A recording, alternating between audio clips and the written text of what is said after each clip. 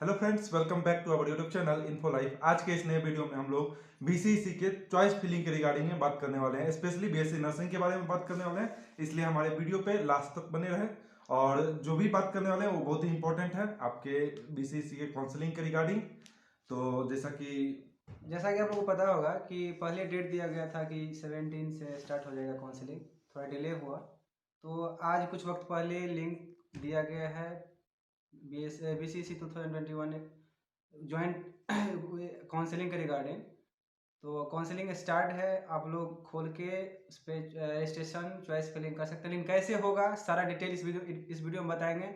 आज का ये वीडियो बहुत खास होने वाला है, थोड़ा लंबा जाएगा, लेकिन पूरा वीडियो को देखना है। थोड़ा भी स्किप करोगे तो प्रॉब्लम होगा, क्योंकि चॉइस फिलिंग बहुत इंपॉर्टेंट होता है रजिस्ट्रेशन काउंसलिंग में। तो कैसे करेंगे रजिस्ट्रेशन बताएंगे। तो जैसा कि आज पोर्टल ओपन हो चुका है रजिस्ट्रेशन से रिलेटेड और चॉइस फिलिंग से रिलेटेड, क्योंकि डिले हुआ कुछ दिन और चाहे जो भी रीजन रहा वो पता नहीं चल पा रहा था। तो उसके बाद अब हो चुका है, पोर्टल ऑन हो चुका है और आप लोग रजिस्ट्रेशन कीजिए। तो सबसे मेन इंपॉर्टेंट होता है कि चॉइस फिलिंग कैसे करें, किसको प्रायोरिटी पे रखें और क्या करें। तो सबसे पहला इंपॉर्टेंट होता है कि आपको लेना क्या, उस हिसाब से वो इंपॉर्टेंट दिया जाता है कॉलेज को। तो जैसे कि हम लोग बीएससी नर्सिंग के बारे में ही बताते हैं, तो सबसे ज़्यादा इंपॉर्टेंट है कि 5 कॉलेज है बीएससी नर्सिंग का, तो उसमें आप अपने अनुसार आप कॉलेज चूज कर सकते हैं।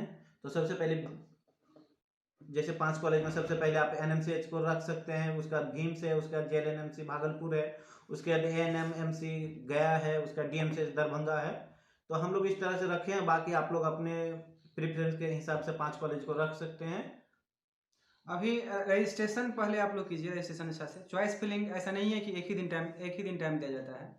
रजिस्ट्रेशन हो जाएगा, चॉइस फिलिंग आप नॉर्मल सोच समझ के कीजिएगा कि किसको पहला प्रायोरिटी रखेंगे, उसके बाद भी क्या रखेंगे। उसके बाद भी लॉक करने का ऑप्शन आता है, जब तक आप लॉक नहीं करेंगे तब तक चेंज भी कर सकते हैं। हाँ, तो अब डिपेंड करता है कि आपका कितना रैंक है और उस हिसाब से आप कौन सा कोर्स लेना चाहते हैं। अगर आपको नर्सिंग लेना है, बीएससी नर्सिंग में एडमिशन लेना है, तो अगर आपका रैंक 800 या 850 के अंदर में है तब, और उस हिसाब से आप नर्सिंग को जितना नर्सिंग का 5 कॉलेज है बीएससी नर्सिंग का, उसको प्रायोरिटी ऊपर ऊपर में रखना है। अब उसमें आप कितना आदमी कमेंट कर रहे हैं कि हम एनएमसीएच को पहले रखेंगे, कि विम्स को रखेंगे, कि जेएलएनसी को रखेंगे। तो ये आपके ऊपर डिपेंड करता है कि आप कौन कॉलेज को प्रेफरेंस देते हैं, आपके लिए कौन बेस्ट है, आपके घर के लोकेशन के अनुसार कौन सा नज़दीक है। ये आपके ऊपर डिपेंड करता है। ऐसा नहीं है कि वो कॉलेज खराब है, उसमें बहुत बहुत ज़्यादा पढ़ाई होता है, ऐसा नहीं है। सब एक ही कॉलेज यूनिवर्सिटी से एफिलेटेड है, कि उसे तो सारे कॉलेज ही कुछ कॉलेज ये हुआ है कि 2 साल पहले स्टार्ट हुआ है, कुछ कॉलेज इस बार स्टार्ट हुआ है। तो चॉइस फिलिंग आप अपने अनुसार से करेंगे। और ये इसके बाद इसमें जितना, तो हम बोलेंगे क्या कि कुछ आदमी क्या करता है कि नर्सिंग लेना है तो नर्सिंग लेकर के पाँच कॉलेज है तो 5 दे करके लॉक कर दिए। ऐसा नहीं करना है, टोटल कॉलेज को देख करके सीक्वेंस में तब लॉक करना है। लास्ट डेट तक अगर आप लॉक नहीं करते हैं तो भी वो अपने आप को लॉक हो जाता है। तो जैसा कि लास्ट ईयर यूआर रैंक, मतलब आपका नर्सिंग में जो था यूआर रैंक, लास्ट रैंक आपका 511, जो अनरिजर्व कैटेगरी में 511 तक एडमिशन हो गया था। तो इस बार मान के चलिए कि कट ऑफ बढ़ने वाला है, क्योंकि 2 कॉलेज ऐड हुआ है। इसीलिए हम बोले थे कि 800-850 तक यदि आपका रैंक है तो आप सेफ जोन में है, कि नया कॉलेज इतना ऐड हुआ, 2 कॉलेज ऐड हुआ, उसमें हो सकता है।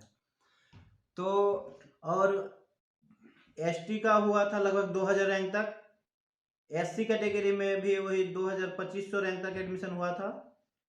बीसी कैटेगरी में 622 तक एडमिशन हुआ था। ईबीसी में 941 तक हुआ था। उससे मान के चलिए 120 रैंक आगे बढ़ा के बस रखिए, 120 आगे जोड़ लीजिए, 120 आगे जोड़ लीजिए। 120 जोड़ रहे हैं तो रैंक समझिए कि 809 तक, 900 तक, उससे ऊपर। आरसीजी में हुआ था 546 रैंक तक यूआर रैंक, और ईडब्ल्यूएस में 790 तक हुआ था।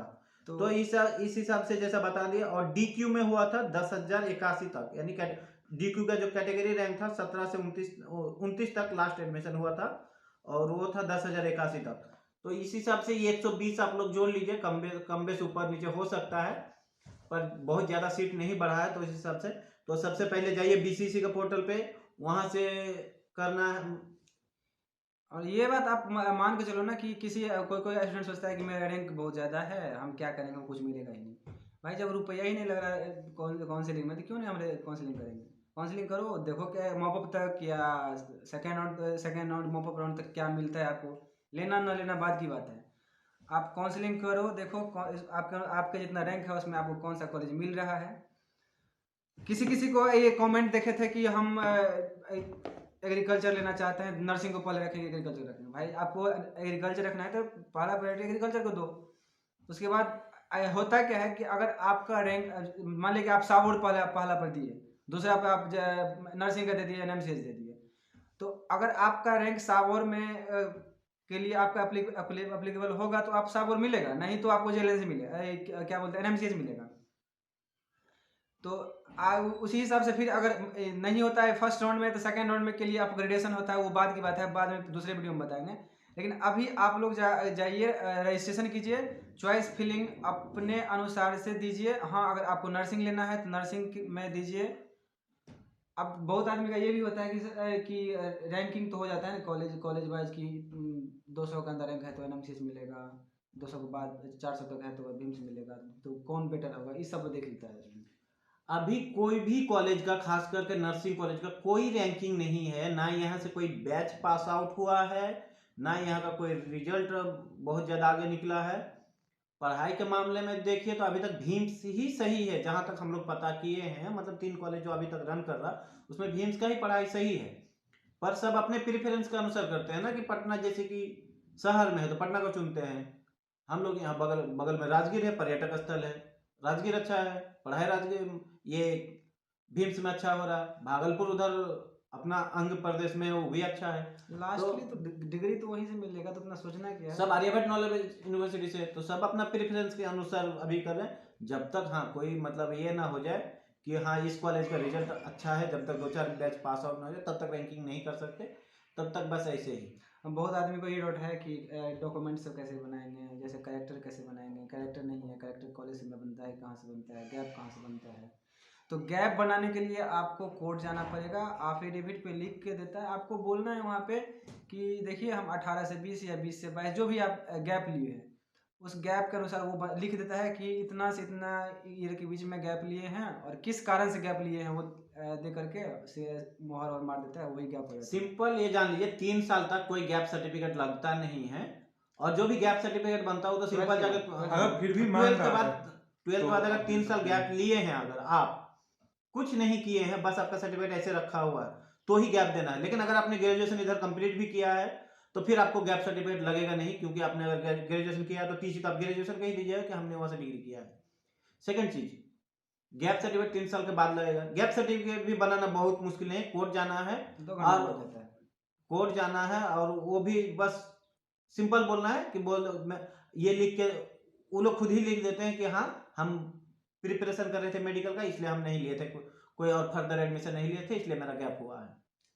उसको बोलना है कि आप एफिडेविट बना दीजिए, गैप सर्टिफिकेट का बना देता है वो। जो भी वकील बैठता है, एडवोकेट बैठता है, वही बना देता है। उसके बाद बस वो डिटेल लेगा कि आप कब 12th पास किए थे, कौन सा कॉलेज से पास किए थे, रोल नंबर क्या था और कितना क्या था, बस यही सब। एक स्टूडेंट का कमेंट था कि हमको कैरेक्टर सर्टिफिकेट नहीं है, कहाँ से बनेगा कैरेक्टर सर्टिफिकेट अपने ही कॉलेज से। और कैरेक्टर सर्टिफिकेट हाँ पिछला 6 महीना के अंदर का होना चाहिए। भले आप कॉलेज 2012 में भी पास आउट हुए हैं, 10 साल पहले भी किए हैं, लेकिन 6 महीना पहले का ही लगेगा। और वो कॉलेज में जाके बोलिएगा, वो काट के दे देगा आपको। तो लास्टली यही कि आप एक बोलिएगा कि स्टेप बाय स्टेप कैसे होगा, तो वो भी हम एक वीडियो ला रहे हैं, कल तक अपलोड हो जाएगा कि स्टेप बाय स्टेप कैसे काउंसलिंग से लेकर के चॉइस फिलिंग तक, लॉक का ऑप्शन तक हम वीडियो अपलोड करेंगे। अभी आप लोग देखिए बीसीसी के साइट पे जाइए, बीसीसी का पोर्टल ऑन हो चुका है, बीसीसी साइट पे जाइए और साइट ओपन कीजिएगा तो पहला इंटरफेस जो आएगा बीसीसी का, जो मेन वेबसाइट पे बिहार संयुक्त प्रवेश परीक्षा प्रतियोगिता परीक्षा परिषद पे जो पहला पोर्टल है, उसमें पहले नंबर पे जो ऑनलाइन एप्लीकेशन फॉर्म है, एप्लीकेशन फॉर्म का जो सेक्शन है 3 सेक्शन में से, तो उसमें जो online counselling portal of BCECE, PCM, PCB, PCMB, CBA, MBA, PCA, MCA 2021, इस पे क्लिक करना है तो पहला इंटरफेस जो आएगा आपका उसमें स्क्रॉल करना है। स्क्रॉल कीजिएगा तो लाल लाल 6-7 कुछ दिखेगा जिसमें बहुत कुछ दिखेगा, तो उस पे जाइएगा तो आएगा registration and choice filling of BCC joint 2021।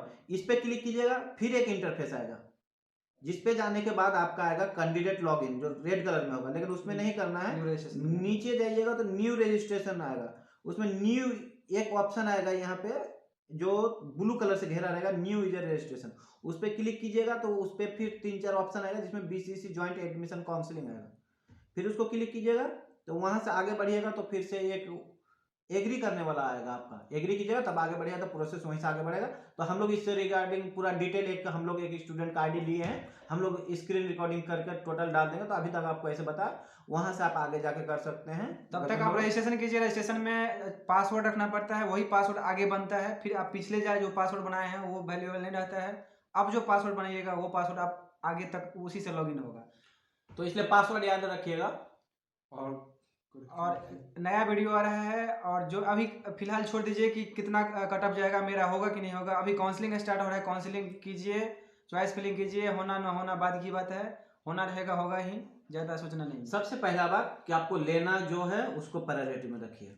बहुत बार ऐसा होता है कि आपका रैंक अच्छा है, मान लीजिए 100 के अंदर रैंक है और आपको नर्सिंग लेना था, लेकिन आपने ऊपर रख दिया किसको, एग्रीकल्चर को। तो आपका तो रैंक अच्छा है, तो जिस हिसाब से आप रखिएगा ना उसी हिसाब से आपको कॉलेज मिलेगा। क्योंकि आपका रैंक अच्छा है तो आपको प्रेफरेंस हमेशा ऊपर वाला दिया जाता है कि जो आपका सबसे ऊपर हो। तो अगर रैंक अच्छा है, आपको नर्सिंग लेना, आपने रख दिया सबोर को ऊपर या कोई दूसरा एग्रीकल्चर कॉलेज या फिजियोथेरेपी कुछ भी रख दिया, तो आपको वही मिल जाएगा। लेकिन अगर आपका रैंक अच्छा है तो जो आपको लेना है पहले उसको रखें। ठीक है, तो थैंक यू। फॉरवर्ड कीजिए वीडियो को, शेयर कीजिए, लाइक कीजिए, क्योंकि अगर आप हमारे इंस्टाग्राम चैनल पे कमेंट कर सकते हैं। अपने फ्रेंड को बताइएगा, उसको भी कोई प्रॉब्लम ना हो।